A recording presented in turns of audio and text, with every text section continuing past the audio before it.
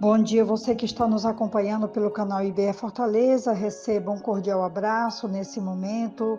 Meu coração está cheio de alegria com essas reflexões, especialmente todo esse desafio que Paulo traz para nós continuarmos alegres, apesar de toda circunstância, apesar de todo obstáculo, apesar de toda peleja. Paulo encoraja a igreja, Paulo é firme, Paulo orienta, ensina, discipula e ele se mantém firme, mesmo ali em prisão.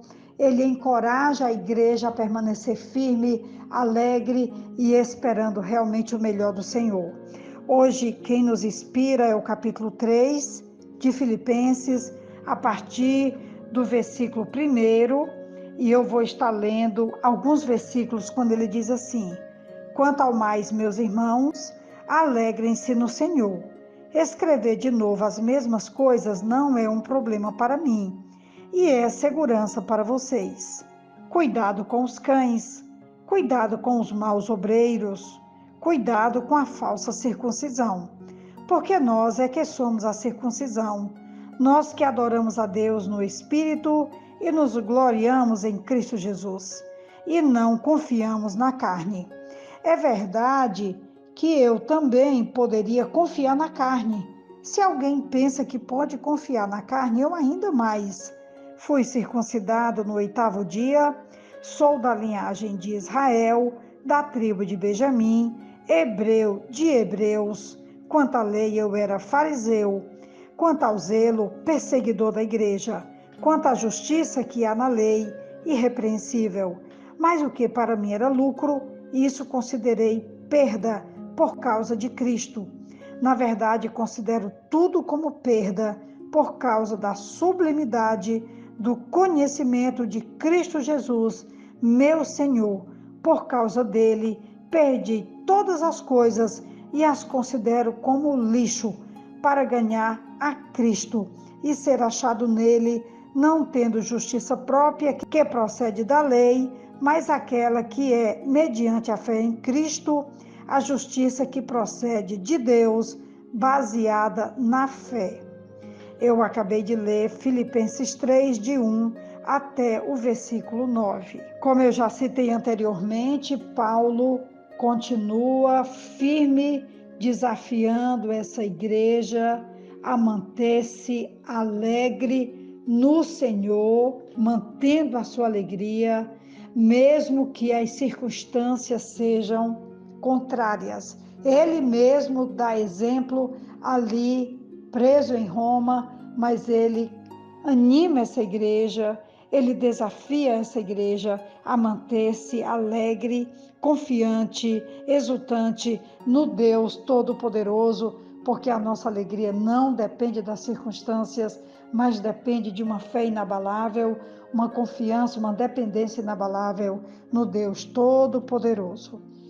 Depois dessa orientação, Paulo exorta essa igreja a ter cuidado com os cães, com os maus obreiros e com os da falsa circuncisão. Ele está preocupado porque sabe que eles também devem enfrentar problemas com esse tipo de gente. E no capítulo 2 de Filipenses, no versículo 21, Paulo resume bem o estilo de trabalho dos maus obreiros, quando ele diz: pois todos buscam os seus próprios interesses e não os de Jesus Cristo. Então Paulo diz: se mantenham longe deles, são egocêntricos, são maus obreiros. Paulo os compara a cães e Paulo então os manda manter-se longe. Se alguém pensa que pode confiar na carne, eu ainda mais. Paulo tinha acabado de dizer que ele era da verdadeira circuncisão, a circuncisão espiritual. Ele diz: nós que adoramos a Deus no Espírito, nos gloriamos em Cristo Jesus e não confiamos na carne. Ele diz isso no versículo 3 e no versículo 4, ele vai dizendo: se alguém pensa que pode confiar na carne, eu ainda mais. Paulo então começa a descrever como era a sua vida como verdadeiro judeu. Ele vai fazendo aqui uma lista dos privilégios que ele tinha na sua carne. Ele fala que foi circuncidado ao 8º dia. Ele era judeu de nascimento, não era ismaelita nem prosélito do judaísmo. Da linhagem de Israel, o apóstolo fazia parte do povo escolhido de Deus sobre a terra. Da tribo de Benjamim, sua tribo era considerada uma líder aristocrática. Foi ela que deu a Israel seu primeiro rei. Hebreu de hebreus, Paulo pertencia a um segmento da nação que conservou sua língua, costumes e ritos originais. Quanto à lei fariseu, os fariseus eram ortodoxos, enquanto os saduceus haviam abandonado a doutrina da ressurreição. Quanto ao zelo, perseguidor da igreja, ele perseguiu, mas porque estava tão baseado na lei que entendia que essa era realmente como ele deveria proceder. Quanto à justiça que há na lei, irrepreensível. Nós sabemos que Paulo teve falhas, teve fraquezas, mas cumpriu com o ritual dos sacrifícios, e aqui ele vem dizendo que por causa do seu zelo, ele observou as regras do judaísmo ao pé da letra. Paulo então faz essa lista e diz: tudo isso eu considerei esterco, eu considerei lixo por amor a Cristo. Nós temos aqui Paulo apresenta sua grande renúncia, ele relaciona seus lucros e percas, e ele então, depois que faz essa lista, ele diz que trocou tudo por causa de Cristo, comparado com o grande tesouro que havia achado em Cristo, todo o resto era como nada. E todo o ganho que Paulo tinha tido no judaísmo, agora ele considera lixo para poder viver a vida que Cristo está ali proporcionando. E ele convida então essa amada igreja a olhar para Cristo, a correr para Cristo e a aprender de Cristo.